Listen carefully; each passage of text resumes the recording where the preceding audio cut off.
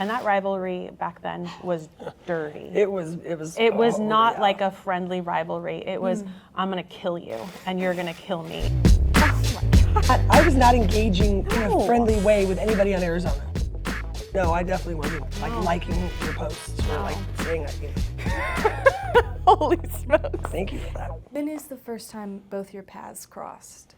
I mean, I knew who she was. You know, I was young and kind of coming up through, and she was the queen. I mean, she was the home run queen at the time, and I didn't choose Arizona, obviously, but I mean, I would say that's when we crossed paths, and then we haven't really ever done anything together. We've just always known each other and had a good relationship and a friendly, respectful, you know, whatever, I'd say relationship, but we've never collaborated on anything. So. No, never. But there's always this level of respect. Knowing who she is and what she's done just adds a layer of professionalism because I love watching her play. I mean, if you see this girl hit, holy cow, like I liked to hit, but man, she outshone everyone. And to be able to give that, like, bow to that. I mean, legitimately watching her play the game, impressive. And so I've always been in the background, but cheering her on, for sure. And now you are officially on the same team. You both got Bandits across your chest. What is that like to go, okay, we're teammates now?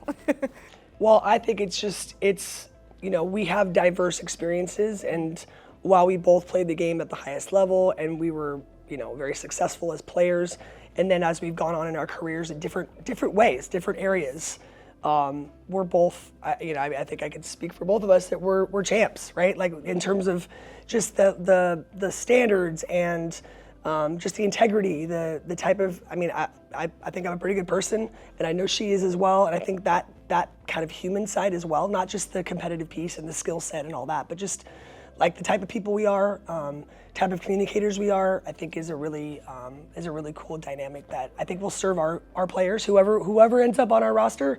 I think that's something really important to me, is that we create some culture in a short amount of time as much as we possibly can, and I don't think there's a pair that's maybe better suited to do that in this kind of environment. Yeah. And I think the only way you're successful is if your partner has strengths where you're weak. And I think that we play very well off of each other in that way. Like, she's gonna be in the trenches with those players, but I'm used to being in a boardroom and dealing with things off the field. So to have the experience of both sides, and she's a head coach at a Division I university, so she's had to be in those meetings too. But I hope to be able to take those things off her plate and let her just run with the players and have them be in awe of her the way that I am, and have them follow her in that way. But she's also she's not afraid to be hard-nosed with them, and she's gonna coach them hard, and I know that. But more than anything, I feel like you said, we have that rapport with one another, knowing that we both come from championship programs, not just USA, but collegiately and prior. We know how a good team should be run, and I feel like we're gonna work together to make that the priority. Yeah, Stacey, you come in with the pro coaching resume. You led the 2018 Bandits to the MPF championship. What does it take to win a title, not in college, not as a player, as a pro coach against the best players and the best GMs and the best other coaches in this league? Yeah, you know, the dynamics are unique in the sense that, you know, you don't have a long runway to build a team and to build kind of that family unit. But my aspiration and goal is to, as much as possible, create something to where, you know, the players feel like they're playing for something more than just a paycheck. And I feel like that at the professional level, like the teams that do that, and that's true of any sport, whether it's the WNBA, whether it's Major League Baseball, whether it's the NFL, the organizations that make it about more than just, yeah, this is my job, but actually create some trust, build some connection. That goes a long way in the competitive environment. Certainly in the college level, and certainly in the you know, the Team USA and things like that, because you have a longer time. We obviously are doing this on a really punctuated timeline, but I still think that can be done in its own way so that it becomes a little bit bigger than you. And I think the organizations that do that successfully win championships. And so I think for me, that's gonna be a priority. And so the moment we have a team, however many, maybe it starts with 5, 6, 7, 8, 9 players, you know, having regular, you know, conversations and having opportunities and just touch points, so that when we get to training camp, in May. That it's not the first time we're, kind of building some trust and building some connection. And I really do believe that translates on the field. That, we're gonna work hard, we're gonna train hard when we have the opportunity to. We're gonna compete our butts off, but also we're gonna do it, we're gonna have fun, we're gonna enjoy each other's company, we're gonna, they're gonna see me in all of my elements, right? They're gonna see, because that's part of who I am, that's how I coach, it's not just hard nose, and they know that I have a personality, and I'm a competitor, but I'm also like, I want to be fun to be around. I want you to feel like you can trust me, that we can laugh, and then we can also flip the switch and we can go for blood. And I think that environment can be created. It's tricky. It's not going to be easy, but I think it can be created, and that will pay dividends on the field and on game day. You all are the one franchise that's coming in with a logo and a name that people not only know but love. I mean, Bandits fans have always ridden so hard for that name, for that franchise, and there are so many women who have worn that jersey and that name across their chest. What do you hope that they feel when they see this team take the field again? And what do you want to uphold for them, what they put in the history for the Bandits name in pro softball? You need to take this okay. Because you're the Bandit through. I got you.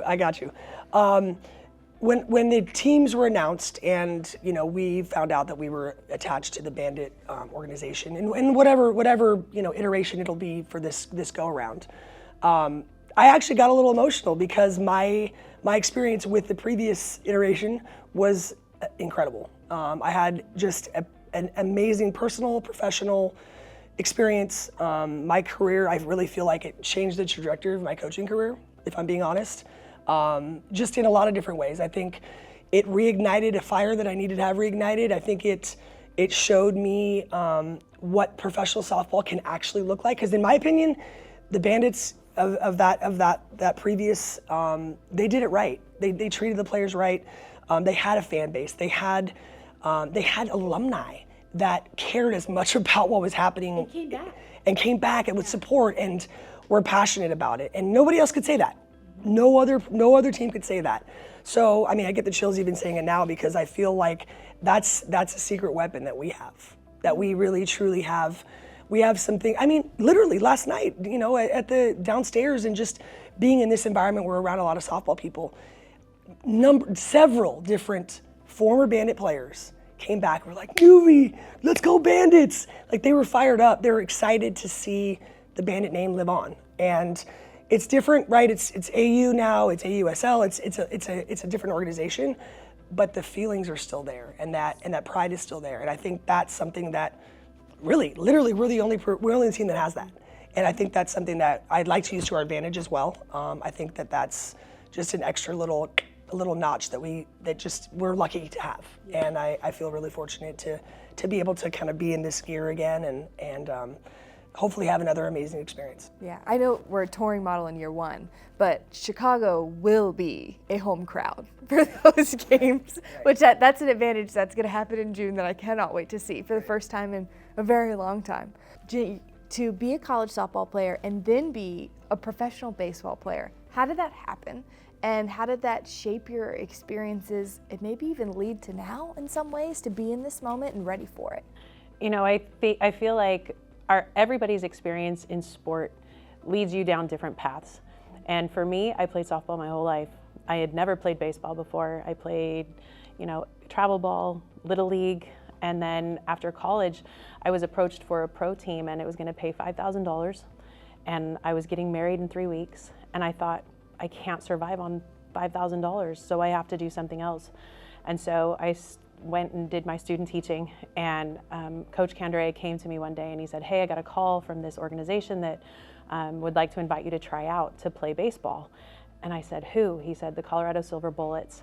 It's an all-girls baseball team, all-female baseball team, and they'll travel the country on a barnstorming tour, and you'll play all men's teams, and I don't think it's something you'd want to do. Well, I don't know if he said it because he knew I was competitive, but by him saying it, I was like, oh. And I literally started training the next day. Wow. Because for me, it's all about competition. Mm-hmm. Everything has always been about competition. And it doesn't matter who I'm playing against. It can be male or female. It can be pickleball or baseball. It does not matter. I'm going to win. And so for me, trying out for baseball was the next challenge in my book. And so I made that team. We traveled the country. That was back in 1997. And at the end of that season, the team folded. Their funding ran out. And so again, my playing days were over. And I look back on those moments with fondness. It was difficult. It was very difficult. You know, we were the team that had the brawl with the guys and went national with that information. But after the team folded, I didn't have anywhere else to play. So I went back, I taught 5th grade and became a school teacher. And 13 years later, one of my old Colorado Silver Bullets teammates said, "Hey, you should try out for Team USA." I said, "What?" She said, "Yeah, there is a World Cup year. We're getting ready to go play in the World Cup. You should try out." And I thought, I have 3 kids. I haven't played in over a decade. The only cleats I have are literally 13 years old. All right, let's go. So I started training again and made the national team in 2010. In training and playing, I hurt myself to the point that I couldn't play anymore. But I feel like there always needs to be a catalyst to changing over and coaching. And so for me, that was where the coaching piece came in.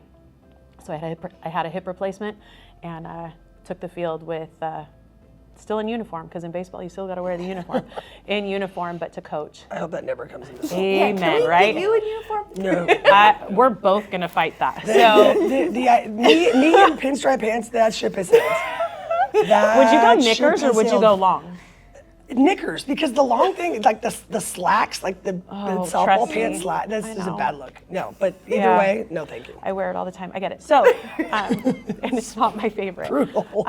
So long story short, that took me over to the coaching side. I still serve on their board of directors with USA Baseball. And for me, it's because they gave me back a piece of who I am. And I don't push baseball on anyone, but I push opportunity. And so I speak to softball players about, if you don't have another place to go, you can always come home, because a lot of them started with baseball. I did not, but it's where I found family. And so for me, it gives me the opportunity to help give longevity to athletes who may not have another opportunity to play. And so maybe that's why this opportunity to be in the AUSL has been so poignant for me, because now I feel like I'm coming home. And to be able to give longevity in a sport that makes my heart beat. Stepping into a role as general manager, that job title, that title alone is different than any you've ever had before. What comes to mind with that? You get to be, in a way, a facilitator. You create the culture, you create the team. What do you want for Bandits 2.0, 3.0, or 4.0? I feel like you've got to have the people at the top that are running the ship. And for us, I love the ability to have a partner in crime. You know, sometimes when you're a head softball coach at a Division I university, I've coached at D1, I've coached in high school, and I've coached with Team USA. Sometimes when you have that general manager or head coach role, you wear so many hats, and you can get overwhelmed with all the things you have to do. And so my goal is to take things off of her plate to allow her to be able to fly. And so for me, it may be some of the difficult conversations, it may be sitting at a desk doing the boardroom kind of thing, because I know how good she is on the field, and I don't want her to have to worry about any of that. I want her to be able to deal with the players, deal with the coaching, and let me deal with all the behind the scenes so that she can be the amazing coach that I know she is. Coach, what type of team do you want to build in year one? What do you hope they look like, they play like, they feel like? Yeah. I mean, I think in terms of just skill sets and things, you know, having a diverse roster, you know, right? So we're difficult to beat because we've got a lot of different looks, and that's true in the circle. In terms of the type of pitching staff that we're able to, create, and then also, you know, just types of players, right? Speed players, power players. But then I think, you know, as much as we can, doing our homework on, you know, the human side. And, you know, we talk about building culture, and that starts with the people in the room, right? It's hard to build culture if you've got a bunch of, you know, me people. So people that thrive in that environment, you know, and we've had some conversations recently about, you know, certain specific players that really thrive in that, like, team environment where maybe the previous, you know, format with AU wasn't conducive for certain types of players because they really, Right, to be moving around and not really get settled in and kind of have an identity to get behind. So I think that's something, and again, I feel like we're particularly in a good position to do that with the Bandit moniker and the Bandit brand, that, you know, I want this to mean more. I want this to mean something to them. And it's a short 6-week season, but we can do a lot of damage, a lot of really good stuff in 6 weeks. And I hope that when these players leave this 6-week time together, that they really will look back on that and say, you know what, that was really fun. We won a lot of games. We won a championship, and we really felt like we did something special together. It wasn't just a, you know, kind of a group of mercenaries coming together to play softball.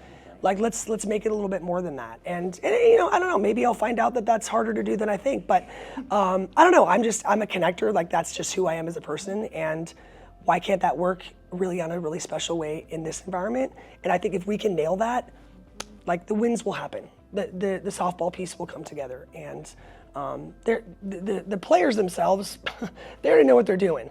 So it's not about us really teaching them anything. It's about molding the group and making it a family atmosphere. And I think if we can do that, we're gonna be really successful. Yeah, I want our group to be hungry to be together. You know, they don't have to be best friends. Right. But when we take the field and we're in between the white lines, I want them to know that every single one of them has each other's back. I think that's what made our culture at Arizona very successful. I think that's probably exactly what happened at UCLA. But I think more than anything, if you know you've got somebody behind you to back you up, even when you fail, you're not afraid to go hard. So that to me is super important. You know, softball in the professional space has been around before even I was in, you know, when I was still in college. There was the professional league. Long before I even was probably born, there was a version of professional softball. And over the course of time, we've seen it come and go. We've seen the name change, and the concepts have never been that unique. There's been a couple, you know, sort of unique outliers, but pretty much it's been the same thing over and over again, and the same success and failure, frankly.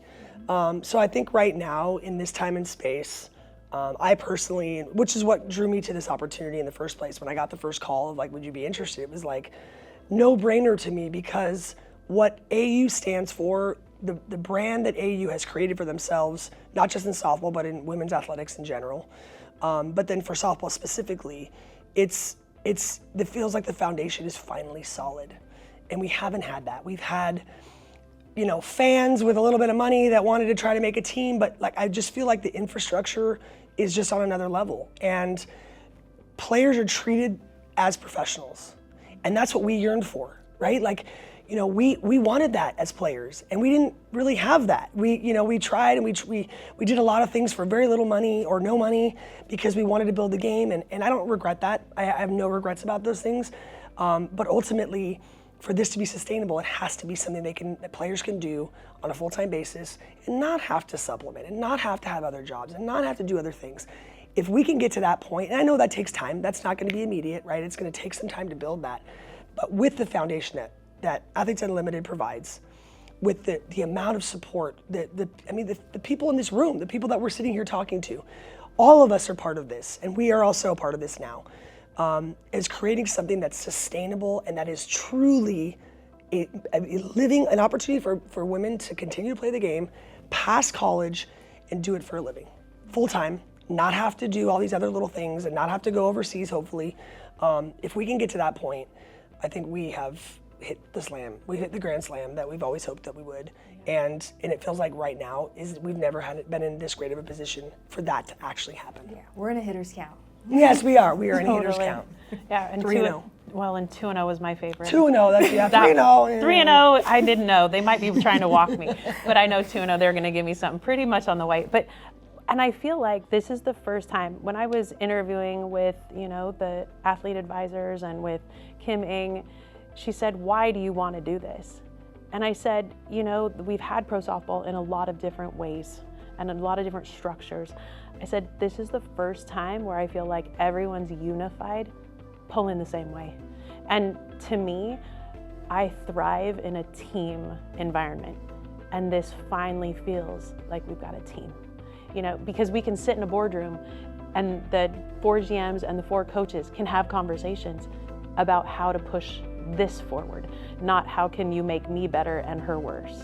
You know, and I think that by having a team approach off the field doesn't mean we're not going to be cutthroat on the field. Like, I want to win and I hate to lose, and that's going to be the priority when we get to that point. But I love the fact that everybody's picked up an oar and is rowing the same direction.